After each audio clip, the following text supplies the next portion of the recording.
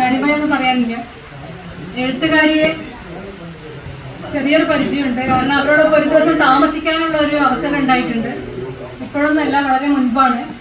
College പഠനകാലത്ത് മാനവ വിഭവശേഷി വകുപ്പ് നടത്തിയ ഒരു ഉപന്യാസ മത്സരത്തിൽ ജൂനിയർ വിഭാഗത്തെ പ്രതിനിധീകരിച്ച്, കണ്ണൂർ ജില്ലയെ പ്രതിനിധീകരിച്ച് ഞാൻ പോയപ്പോൾ സീനിയർ വിഭാഗത്തിൽ വന്നത് ശ്രദ്ധയായിരുന്നു.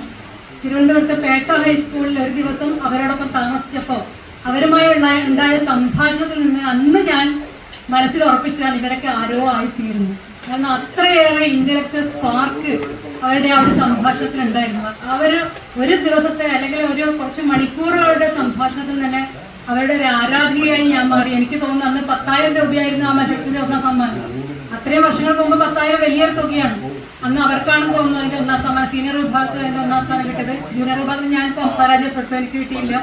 പക്ഷെ ആ സുധാമനാണ് ഈ സുധാമനൻ. ഈ അടുത്ത കാലത്ത് എൻ്റെ ഒരു ഫേസ്ബുക്ക് പോസ്റ്റിന് അവർ മറുപടിയായി അന്ന് വിമൻസ് കോളേജിൽ പഠിച്ച പ്രേമജയാണോ ഈ പ്രേമജ എന്ന് ചോദിച്ചപ്പോഴാണ് ആ സുധയാണ് ഈ സുധാമനൻ എന്ന് മനസ്സിലായത്. ശരിക്കും വലിയൊരു അത്ഭുതമായിരുന്നു, സന്തോഷമായിരുന്നു. കാരണം അന്നത്തെ ആ ഒരു കൂട്ടുകാരി ഇത്രയേറെ ഉയർന്ന നിലയിൽ എത്തിയല്ലോ എന്നൊരു സന്തോഷം. അന്നും ആ പുസ്തകം എൻ്റെ കയ്യിൽ എത്തിയിരുന്നില്ല. ഈ അടുത്ത കാലത്താണ് എൻ്റെ പ്രിയ സുഹൃത്ത് എനിക്ക് 2 പുസ്തകങ്ങൾ ഒരുമിച്ച് തന്നു. ഒന്ന് റാം കെയർ ഓഫ് ആനന്ദിയും മറ്റത് ചരിത്രം അദൃശ്യമാക്കിയ മുറിവുകൾ. 2 പുസ്തകം ഒരുമിച്ചാണ് തന്നത്. ഒന്ന് 32ാം പതിപ്പാണ്, റാം കെയർ ഓഫ് ആനന്ദിയുടെ 32ാം പതിപ്പാണ് എൻ്റെ കയ്യിലെത്തിയത്. മറ്റതിൻ്റെ 6ാം പതിപ്പും. ഈ കൊട്ടിഘോഷിക്കപ്പെട്ട വായനയുടെ ഇതൊക്കെ കേട്ട് ഞാൻ ആദ്യം വായിക്കാനെടുത്തത് റാം കെയർ ഓഫ് ആനന്ദി തന്നെയാണ്. പക്ഷെ വലിയ നിരാശയായിരുന്നു ഫലം. ഒരു പൈങ്കിളി നോവൽ, വെറും ഒരു പൈങ്കിളി നോവൽ. അത് വായിക്കാൻ സമയം കളഞ്ഞല്ലോ എന്നോർത്ത് എനിക്ക് എന്നോട് തന്നെ പുച്ഛം തോന്നി. പക്ഷെ അതിനുശേഷമാണ് ഞാൻ ചരിത്രം അദൃശ്യമാക്കിയ മുറിവുകൾ കയ്യിലെടുത്തത്. അപ്പൊ എനിക്ക് സത്യം പറഞ്ഞാൽ അസ്തമയ പക്ഷികൾ വീണ്ടും പ്രഭാകരൻ സംഘടനയോട് ഒരു ആദരവ് തോന്നി. കാരണം തീർച്ചയായും ഇത്തരത്തിലുള്ള പുസ്തകങ്ങൾ ചർച്ചയ്ക്ക് എടുക്കേണ്ടതാണ്. അത് നമ്മുടെ ഉത്തരവാദിത്തമാണ്. അതൊരു ആവശ്യമല്ല, നമ്മുടെ ഉത്തരവാദിത്തമാണ് ഇത്തരം പുസ്തകങ്ങൾ ചർച്ചയ്ക്ക് എടുക്കേണ്ടത്. നമ്മുടെയൊക്കെ കടമയാണ് എന്ന്. കാരണം ഇത് ചരിത്രം രേഖപ്പെടുത്താതെ പോയ സാധാരണക്കാരുടെ മുറിവുകളുടെ വിവരണമാണ്, കഥയല്ല. ഒരിക്കലും ചരിത്രം സാധാരണക്കാരുടേതല്ല. എപ്പോഴും ദേശത്തിന്റെ ചരിത്രം എഴുതപ്പെടും, രാജാക്കന്മാരുടെ ചരിത്രം എഴുതപ്പെടും, ചക്രവർത്തിമാരുടെ, ഭരണാധികാരികളുടെ ഒക്കെ, അല്ലെ പ്രതിനായകരുടെ ചരിത്രവും കൂടി അതിൽ ചിലപ്പോൾ ഉൾപ്പെട്ടു പോയേക്കാം. പക്ഷെ ഒരിക്കലും സാധാരണക്കാരുടെ ചരിത്രം അതിൽ ഉൾപ്പെട്ടില്ല. ഏറ്റവും പ്രധാനപ്പെട്ടത് ഒരിക്കലും സ്ത്രീകളുടെ ചരിത്രം, നമ്മൾ പണ്ടേ പറഞ്ഞുള്ള ഹിസ്റ്റോറിയാണ്, ഹെർ സ്റ്റോറി അല്ല. സ്ത്രീകളുടെ ചരിത്രം ഒരിക്കലും വന്നിട്ടില്ല. പക്ഷേ ഏറ്റവും കൂടുതൽ അവഗണിക്കപ്പെടുന്നതും ഏറ്റവും കൂടുതൽ പീഡിപ്പിക്കപ്പെടുന്നതും ഇതിൻ്റെയൊക്കെ യുദ്ധമായാലും ദാരിദ്ര്യമായാലും ഇതിൻ്റെയൊക്കെ ഏറ്റവും ഇരകളായി തീർന്നതും ആദ്യം സ്ത്രീകൾ തന്നെയാണ്. പക്ഷെ അവരെവിടെയും പരിഗണിക്കപ്പെടുന്നുമില്ല. പ്രത്യേകിച്ചും ഗ്രാമീണരും ദരിദ്രരുമാണെങ്കിൽ, നഗരപ്രദേശങ്ങളിൽ സ്ത്രീകളെ അപേക്ഷിച്ച് ഏറ്റവും കൂടുതൽ ഇരവൽക്കരിക്കപ്പെടുന്നത് ഗ്രാമീണരും ദരിദ്രരുമായ സ്ത്രീകൾ തന്നെയാണ്. അങ്ങനെയുള്ള 6 സ്ത്രീകളുടെ കഥ എന്ന് പറയാൻ പാടില്ല, അവരുടെ ജീവിതമാണ് ഈ പുസ്തകത്തിലൂടെ എഴുതിയിരിക്കുന്നത്. ശരിക്കും പറഞ്ഞാൽ നമുക്ക് ഇതൊരു ലേഖന സമാഹാരം, നേരത്തെ ശശിയേട്ടൻ പറഞ്ഞ പോലെ ഇത് ഏത് വിഭാഗത്തിലാണ് പെടുത്താൻ പറ്റുമെന്ന് പറഞ്ഞില്ല. ഒരു ലേഖന സമാഹാരമാണെങ്കിൽ പോലും വളരെ വൈകാരികത ഈ പുസ്തകത്തിനുണ്ട്. പലപ്പോഴും നമ്മുടെയൊക്കെ നെഞ്ച് പൊടിയിക്കുന്ന രീതിയിലുള്ള അനുഭവങ്ങളാണ് ഇതിലുള്ളത്. കാരണം ഈ കരാക്കാരിയൊക്കെ പോലുള്ള ശിക്ഷയൊക്കെ ഈ നൂറ്റാണ്ട് തന്നെയാണ് ഉള്ളതെന്ന് നമുക്കൊരു അത്ഭുതം തോന്നുന്നുണ്ട്. ജീവലത, അതായത് ഡോക്ടറാവാൻ ആഗ്രഹിച്ച, സ്പോർട്സിൽ താല്പര്യമുള്ള, ഇംഗ്ലീഷ് നന്നായി സംസാരിക്കുന്ന ഏറ്റവും മികച്ച സ്റ്റുഡൻ്റായ ജീവലത സ്വന്തം വയസ്സിനേക്കാൾ ഇരട്ടി പ്രായമുള്ള ഒരാളുമായി നിർബന്ധപൂർവ്വം കല്യാണം കഴിക്കപ്പെടേണ്ടി വരുന്നത്.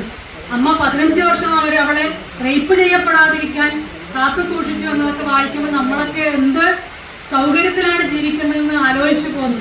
അതിൽ തന്നെ സുധാമൻ എഴുതിയൊരു വാക്യമുണ്ട്, ഞാൻ അതേപോലെ അത് എഴുതിയിട്ടുണ്ട്. കാരണം ലോകത്തെല്ലായിടത്തും ഇരകളായ സ്ത്രീകൾക്ക് ഒരേ ഭാഷയും ഒരേ സ്വരവുമാണ്. അത് പാകിസ്ഥാൻ ആയാലും ശ്രീലങ്ക ആയാലും ഇന്ത്യ ആയാലും. പക്ഷെ എന്നിട്ട് പോലെ അവർ ഇന്ത്യയിൽ, നേരത്തെ ഇവിടെ സൂചിപ്പിച്ചു, ജയന്ത സാറ് സൂചിപ്പിച്ചു, ഇന്ത്യയിലെ അനുഭവങ്ങളെ ഒരു സൗകര്യപൂർവ്വം അവർ വിട്ടുപോയിട്ടുണ്ട്. അവർ സൗകര്യപൂർവ്വം എന്ന് തന്നെയാണ് ഞാൻ പറയുന്നത്. സൗകര്യപൂർവ്വം അവർ വിട്ടുപോയിട്ടുണ്ട്. കാരണം ഇത് ദക്ഷിണേഷ്യൻ 2003 മുതലുള്ള അവരുടെ യാത്രയിലുള്ള ദക്ഷിണേഷ്യൻ സ്ത്രീകളിൽ കണ്ട മുറിവുകളാണ്. അത് ഓരോ വായനയിലും നമ്മുടെ ഉള്ളിൽ ഒരു ഭയം ഉണ്ടാക്കുന്നുണ്ട്. കാരണം നമുക്കും ഇത് ഭാവിയിൽ അനുഭവപ്പെട്ടേക്കാം എന്നൊരു ചിന്ത തീർച്ചയായും നമ്മൾ ഉണ്ടാക്കുന്നുണ്ട്. കാരണം അവര് 6 പേരല്ല, അത് 6 രാജ്യങ്ങളിലെ സ്ത്രീകളുടെ, പെൺകുഞ്ഞുങ്ങളുടെ ചരിത്രമാണ്. അവർ നേരിടുന്ന അനീതിയുടെ ചരിത്രമാണ്. നമ്മളും അത്ര സുരക്ഷിതരൊന്നുമല്ല. കാരണം നമ്മൾ ഒരുപാട് നേടിയെടുത്ത പോരാട്ടങ്ങളിലൂടെ നേടിയെടുത്ത പല നന്മകളും നല്ല കാര്യങ്ങളും ഇന്ന് നമ്മൾ പുറകോട്ട് നടക്കുന്ന സന്ദർഭം കേരളത്തിലും തുടങ്ങിയിട്ടുണ്ട്. നമ്മളും ഭയപ്പെടേണ്ടിയിരിക്കുന്നു. പക്ഷെ ഒരു കാര്യം ഉറപ്പ് പറയാം, ഈ പുസ്തകം വായിക്കുമ്പോൾ സ്ത്രീകളൊന്ന് ആശ്വസിക്കണം. കാരണം തൊട്ടതിനും പിടിച്ചതിനൊക്കെ സങ്കടം വരുന്നത് അല്ലെങ്കിൽ പരാതി വരുന്നത് ഈ ഭൂമിയിൽ ഏറ്റവും സങ്കടം എനിക്കാണെന്ന്, അല്ലെങ്കിൽ ഞാനങ്ങ് ആത്മഹത്യ ചെയ്തേക്കാം എന്നൊക്കെ ചിന്തിക്കുന്ന നമ്മൾ ഈ പുസ്തകം വായിക്കുമ്പോൾ ഒന്ന് പുനർവിചിന്തനം നടത്തും. കാരണം നമ്മളൊക്കെ എത്ര സൗകര്യത്തിലാണ് ജീവിക്കുന്നത്, എന്തൊക്കെ സ്വാതന്ത്ര്യങ്ങൾ, എന്തൊക്കെ സൗകര്യങ്ങൾ നമുക്കുണ്ട്. നമ്മളൊന്നും ഒരു വംശീയ വെറിയുടെയും ഒരു യുദ്ധത്തിന്റെയും ഒന്നും ഇരകളാക്കപ്പെട്ടിട്ടില്ല. അതുകൊണ്ട് ആശ്വസിക്കാം നമുക്ക്. പക്ഷേ ഇനി അങ്ങനെ ആവാതിരിക്കാൻ നമ്മൾ തീർച്ചയായും ഇത്തരം പുസ്തകങ്ങൾ വായിക്കണം. ഇത് മറ്റുള്ളവർക്ക് പരിചയപ്പെടുത്തണം.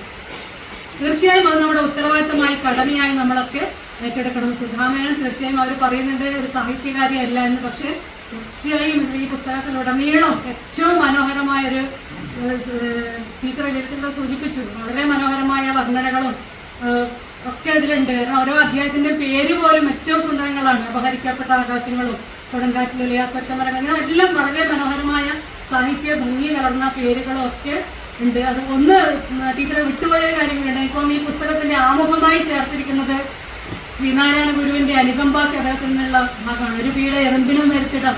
അത് വളരെ പ്രധാനമാണെന്ന് തോന്നുന്നത്. കാരണം ഈ ഒരു പുസ്തകത്തിന്റെ രചനാ ദൗത്യം തന്നെ ഇത് തന്നെയാണ്. മറ്റുള്ളവരുടെ അവർ സഹതാപമല്ല പ്രകടിപ്പിക്കുന്നത്. സുധാമേനോൻ ഈ ഇരകളാക്കപ്പെട്ട അല്ലെങ്കിൽ ഈ പീഡനം അനുഭവിക്കപ്പെടുന്ന സ്ത്രീകളോട് പ്രകടിപ്പിക്കുന്നത് സഹതാപമല്ല, അനുതാപമാണ്. അവരുടെ സങ്കടം നോക്കിയിരുന്ന് അവർ തിരിച്ചുപോവുകയല്ല ചെയ്യുന്നത്. പകരം അവരിൽ ഒരാളായി അവരെ പുനരുജ്ജീവിപ്പിക്കാൻ വേണ്ടി നടത്തുന്ന പ്രവർത്തനങ്ങളാണ് ഈ പുസ്തകത്തിലുള്ളത്. ആ ഒരു ദൗത്യം തീർച്ചയായും ഈ പുസ്തകത്തിന്റെ ആമുഖമായി കൊടുത്ത ആ ഒരു വാക്യത്തിലൂടെ നമ്മളിൽ എത്തിക്കാൻ വേണ്ടി അവർക്ക് സാധിക്കുന്നുണ്ട്. തീർച്ചയായും ഇത്തരം ഒരു പുസ്തകം ഈ ഒരു ചർച്ചയ്ക്ക് എടുത്തതിൽ ഒരുപാട് സന്തോഷമുണ്ട്. ഈ പുസ്തകം ഇതിപ്പം 6ാം പതിപ്പാണ് ആയിട്ടുള്ളത്. റാം കേരള സാന്നിധ്യം 32ാം പതിപ്പെത്തിയെങ്കിൽ തീർച്ചയായും ഇത് 64ാം പതിപ്പിലേക്ക് എത്തിക്കേണ്ട ഒരു പുസ്തകമാണ്. അങ്ങനെ എത്തിക്കേണ്ടത് നമ്മുടെ ഓരോരുത്തരുടെയും കടമയാണ് എന്ന് മാത്രം പറഞ്ഞുകൊണ്ട് നിർത്തുന്നു. നമസ്കാരം.